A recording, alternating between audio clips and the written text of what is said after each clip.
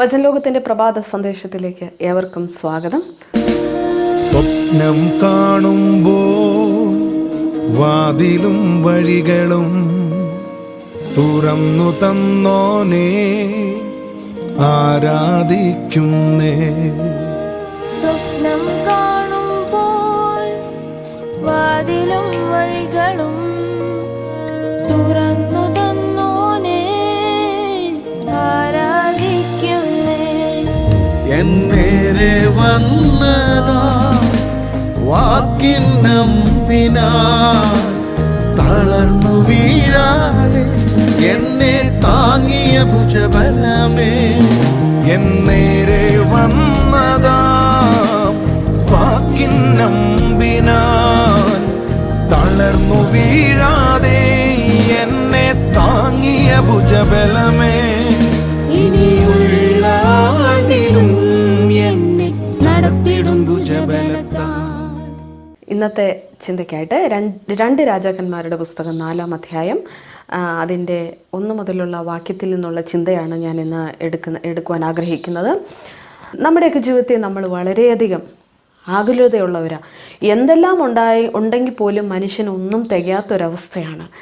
എന്നാൽ ഈ തികയാത്ത അവസ്ഥ മനുഷ്യൻ സംതൃപ്തിയില്ലാതെ വീണ്ടും വീണ്ടും ആകുലതയിൽ കഴിയുന്ന ജനത്തെയാണ് നമ്മൾ കാണുന്നത്, അല്ലെങ്കിൽ നമ്മളിൽ പോലും അങ്ങനെയുള്ള സാഹചര്യങ്ങളാണ് നമ്മൾ കാണാറുള്ളത്. എന്നാൽ ഇന്നത്തെ ഈ വചനത്തിൻ്റെ ചിന്തയിൽ നിന്നും ഞാൻ പറയുവാൻ ആഗ്രഹിക്കുന്നത്, നമുക്ക് അല്പം മതി. എന്നെ കേൾക്കുന്ന സഹോദരങ്ങളെ, നമ്മുടെ ജീവിതത്തിൽ എന്തെല്ലാം ഉണ്ടെങ്കിലും ഒന്നിനും ഒരു തൃപ്തി വരുന്നില്ലെങ്കിൽ ഒരു കാര്യം മനസ്സിലാക്കുക, നമ്മുടെ ജീവിതത്തിൽ നമുക്ക് അല്പം മതി. ആ അല്പം കൊണ്ട് നമ്മുടെ ജീവിതത്തിൽ നമുക്ക് സമൃദ്ധിയാക്കി മാറ്റുവാൻ പറ്റും. ഈ 2 രാജാക്കന്മാരുടെ പുസ്തകം 4-ാം അധ്യായത്തിൻ്റെ 1-ാം വാക്യം മുതൽ നമുക്ക് വായിക്കാൻ കഴിയുന്നത്, ദൈവത്തോട് ഏറ്റവും കൂടുതൽ അടുപ്പമുള്ള ഒരു സ്ത്രീയുടെ കഥയാണ് നമുക്ക് അതിൻ്റെ അകത്ത് വായിക്കാൻ പറ്റുന്നത്. ആ സ്ത്രീയുടെ ഭർത്താവിനെ സംബന്ധിച്ച് എലീശ പ്രവാചകൻ്റെ കൂടെ നടന്നിരുന്ന ശുശ്രൂഷകനായിരുന്നു. ആ വ്യക്തി പെട്ടെന്ന് മരിച്ചു പോവുകയുണ്ടായി. നല്ലൊരു ദേവദാസനാണ്, പക്ഷേ തൻ്റെ ജീവിതത്തിൽ തനിക്ക് അധികം ഒന്നും സമ്പാദിക്കുവാൻ പറ്റിയില്ല. വലിയ കടബാധ്യതയായിരുന്നു, വലിയ ബുദ്ധിമുട്ടും പ്രയാസവും ഒക്കെ ആയിരുന്നു തൻ്റെ ജീവിതത്തിൽ. അങ്ങനെ ഇരിക്കുകയാണ് താൻ ഈ ലോകവുമായി വിട പറഞ്ഞത്.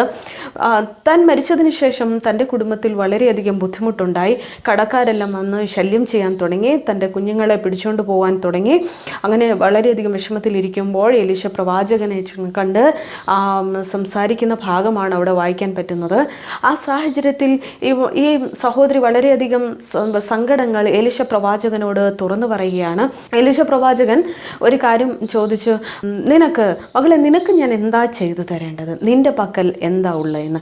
അപ്പോൾ ആ സഹോദരി പറയുകയാണ്, എൻ്റെ പക്കൽ അല്പം എണ്ണ മാത്രമേ ഉള്ളൂ. ആ സഹോദരിയുടെ മുൻപാകെ വേറെ ഒന്നും കാണുന്നില്ല. ജീവിതം വഴിപൊട്ടി നിൽക്കുന്ന അവസ്ഥ, കടക്കാർ വന്ന് ശല്യപ്പെടുത്തുന്ന അവസ്ഥ, തൻ്റെ മുൻപിൽ വരുമാന മാർഗങ്ങളൊന്നുമില്ല, കടം വീട്ടുവാൻ യാതൊരു നിർവാഹവുമില്ല. തനിക്കാകെ ഉണ്ടായിരുന്ന തൻ്റെ സമ്പത്താണ് തൻ്റെ കുഞ്ഞുങ്ങളെപ്പോലും ഈ കടക്കാർ അടിമയാക്കി കൊണ്ടുപോകുവാൻ ശ്രമിച്ചു കൊണ്ടിരുന്ന ആ സമയം, തൻ്റെ ജീവിതത്തിൽ വളരെയധികം വിഷമത്തിലായിരിക്കുമ്പോൾ ദൈവസന്നിധിയിൽ തനിക്ക് എടുത്തു പറയുവാനുണ്ടായിരുന്നത് അല്പം എണ്ണ മാത്രമാണ്.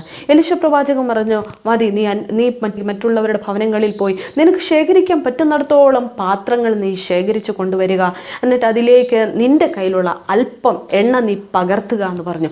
അങ്ങനെ അവളും തൻ്റെ കുഞ്ഞുങ്ങളും അയലോക്കങ്ങളിലെല്ലാം പോയി അവർക്ക് ശേഖരിക്കാൻ പറ്റാവുന്ന അത്രയും പാത്രങ്ങൾ ശേഖരിച്ചു കൊണ്ടുവന്ന് ആ എലീശ പ്രവാചകൻ പറഞ്ഞതുപോലെ അതിലേക്ക് എണ്ണ പകർത്തിക്കൊണ്ടേയിരുന്നു. എണ്ണ പകർത്തി എല്ലാ പാത്രങ്ങളും നിറഞ്ഞു കവിഞ്ഞു. അവസാനം ആ മകള് പ്രവാചകന്റെ അടുക്കിലേക്ക്, ദൈവപുരുഷന്റെ അടുക്കിലേക്ക് വന്നിട്ട് പറയുകയാണ്, എല്ലാ പാത്രങ്ങളും നിറഞ്ഞു കഴിഞ്ഞു, ഇനി എന്താ ചെയ്യണ്ടേ? അപ്പോൾ മകൻ പറഞ്ഞു, എല്ലാം നിറഞ്ഞു കഴിഞ്ഞുവെങ്കിൽ നീ ഇനി ഇത് കൊണ്ടുപോയി വിറ്റ് കാശുണ്ടാക്കി നിന്റെ കടം വീട്ടുവാൻ പറഞ്ഞു. നമ്മുടെയൊക്കെ ജീവിതത്തിൽ എപ്പോഴും വളരെയധികം പ്രയാസം, ജീവിതം വഴിമുട്ടി നിൽക്കുന്ന അവസ്ഥ, കടം വീട്ടുവാൻ യാതൊരു മാർഗവും കാണാത്ത സാഹചര്യങ്ങളിൽ ദൈവത്തിൽ വിശ്വസിക്കുന്ന, കർത്താവിൽ വിശ്വസിക്കുന്ന സഹോദരങ്ങളോട് എനിക്ക് പറയാനുള്ളത്, നമ്മുടെയൊക്കെ ജീവിതത്തിൽ മറ്റൊന്നും നമുക്ക് എടുത്തു പറയാൻ കാണില്ല.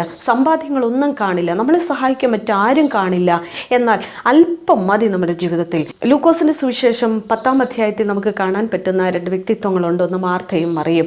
അതിനകത്തും മറിയയെ സംബന്ധിച്ച് ഒരിക്കൽ യേശു മറിയയുടെ ഭവനത്തിലേക്ക് കടന്നു വന്നിട്ട് മറിയ യേശുവിൻ്റെ പാദപീഠത്തിൽ ഇരിക്കുകയാണ്. യേശുവിനെ കിട്ടിയ അവസരം പാഴാക്കി കളയാതെ യേശുവിൻ്റെ പാദപീഠത്തിലിരുന്ന് യേശുവിൽ നിന്ന് അവൾക്ക് വേണ്ടതായ എല്ലാം അവൾ ആ സമയം ഒപ്പിയെടുക്കുകയാണ് ചെയ്യുന്നത്. യേശു അവളോടൊപ്പം ഉണ്ടായിരുന്ന നിമിഷങ്ങൾക്ക് സ്വർഗീയമായ അനുഭവമായിരുന്നു. അവൾ സകലതും മറന്നു. അവളുടെ ജീവിതത്തിലുണ്ടായ വിചാരങ്ങളെല്ലാം മറന്നു, ആകുലതയെല്ലാം മറന്നു. അവൾക്ക് വേണ്ടത്, അവളുടെ ജീവിതത്തിൽ വേണ്ടതായ ഉത്തരം അവൾ യേശുവിൻ്റെ പാദപീഠത്തിലിരുന്ന് കണ്ടെത്തി. അപ്പോൾ മാർത്ത വന്ന് വളരെയധികം പരിഭവം പറയുന്ന ഒരു സാഹചര്യം നമ്മൾ വായിച്ചിട്ടുള്ളതാണല്ലോ. അപ്പോൾ യേശു മാർത്തയെ നോക്കി പറയാണ്, നീ എന്തിനാ പലതിനെ ചൊല്ലി വിചാരപ്പെടുന്നത്? ഇങ്ങനെ വിചാരപ്പെട്ടിരിക്കാതെ എങ്ങനെ വീട് പണിയും, എങ്ങനെ കല്യാണം കഴിക്കും, എങ്ങനെ കടം വീട്ടും, നാളുകളിൽ ഞങ്ങൾ 2 പെൺകുട്ടികളാണ്, ഞങ്ങളെ കെട്ടിച്ചുവിടാൻ ആരുമില്ല, ഇങ്ങനെ പലതിനെക്കുറിച്ച് എന്തിനാ ചിന്തിക്കുന്നത്? ഇതൊന്നും ചിന്തിക്കേണ്ട കാര്യമില്ല, അല്പം മതി. മറിയെ നീ നോക്ക്, അല്പം മതി, വേണ്ട ഒന്നും മതി. അവൾ തിരഞ്ഞെടുത്തത് ഏറ്റവും നല്ല കാര്യമാണ്. അവൾ എന്തോ തിരഞ്ഞെടുത്തത്? യേശുവിൻ്റെ പാദപീഠത്തിൽ ഇരിക്കുവാൻ ശ്രമിച്ചു. യേശുവിൻ്റെ പാദപീഠത്തിൽ ഇരുന്ന് സമാധാനം സ്വീകരിച്ചു, സന്തോഷം സ്വീകരിച്ചു, അവളുടെ ജീവിതത്തിലേക്ക് വേണ്ട എല്ലാ ഐശ്വര്യങ്ങളും സ്വീകരിച്ചു. നമ്മുടെ ജീവിതത്തിൽ നമുക്ക് ഒത്തിരി ഒന്നും വേണ്ട സന്തോഷിക്കാൻ, അല്പം മതി. അത് കർത്താവായ യേശു ക്രിസ്തുവാണ്. ആ കർത്താവായ യേശു ക്രിസ്തു നമ്മുടെ ജീവിതത്തിൽ ഉണ്ടെങ്കിൽ നമുക്ക് എല്ലാത്തിനും മറുപടിയാണ്, എല്ലാ വിഷയങ്ങൾക്കും പരിഹാരമാണ്, നമ്മുടെ ജീവിതത്തിൽ സമൃദ്ധിയാണ്. അതുകൊണ്ട് ആകുലപ്പെടൽ, പ്രയാസപ്പെടൽ, കടബാധ്യത കാണും, മറ്റു പലവിധ വിഷയങ്ങളും പ്രയാസങ്ങളൊക്കെ കാണും. അവിടെയൊക്കെ ഒരു കാര്യം ചിന്തിക്കുക, എനിക്ക് എൻ്റെ കൂടെ യേശുവുണ്ട്, എനിക്ക് യേശുവിൻ്റെ പാദപീഠം മതി. യേശു മാർത്തയോട് പറഞ്ഞു, അവൾക്ക് അല്പം മതി എന്ന് പറഞ്ഞതുപോലെ, അവൾ നല്ലതാണ് കണ്ടെത്തിയിരിക്കുന്നതെന്ന് പറഞ്ഞതുപോലെ മറിയെ നോക്കി പറയുകയാണ്, നമ്മുടെ ജീവിതത്തിൽ നമ്മൾക്ക് കർത്താവ് യേശുവിനെ മുറുകെ പിടിക്കാം. കർത്താവിൻ്റെ പാദപീഠത്തിലായിരുന്നു കർത്താവ് തരുന്ന സമാധാനവും സന്തോഷവും സമൃദ്ധിയും നമുക്ക് അനുഭവിക്കാം.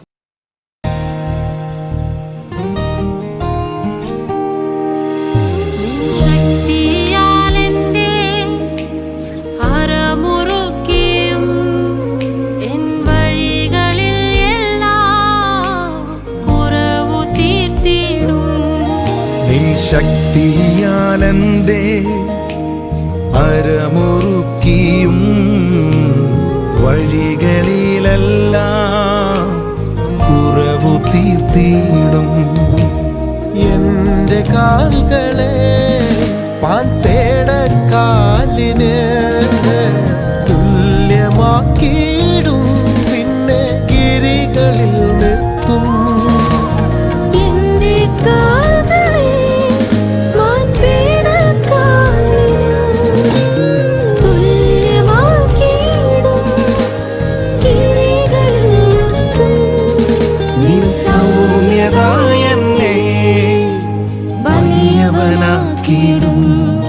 നിൻ സൗമ്യത എന്നെ വലിയവനാക്കിയിടും.